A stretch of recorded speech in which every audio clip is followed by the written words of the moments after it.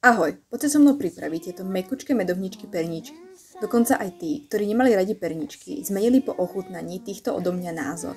A keď si ich namočíš do šláčky s kardamónom, je to nebičko v papulke. Tak poďme na to.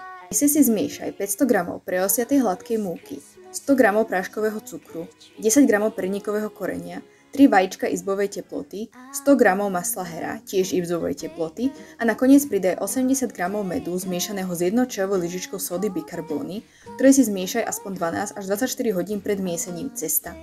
Všetko spolu vymiešaj do nelepivého cesta, zabal do potravinárskej fólie a nechaj odležať v chladničke aspoň cez noc.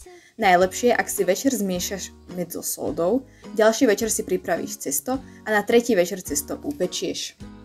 Na ďalší deň si cesto vyvalkaj na pomúčenej doske zhruba na hrúbku 0,5 cm. Na vykrojenie použij svoje najobľúbenejšie vykrojovačky.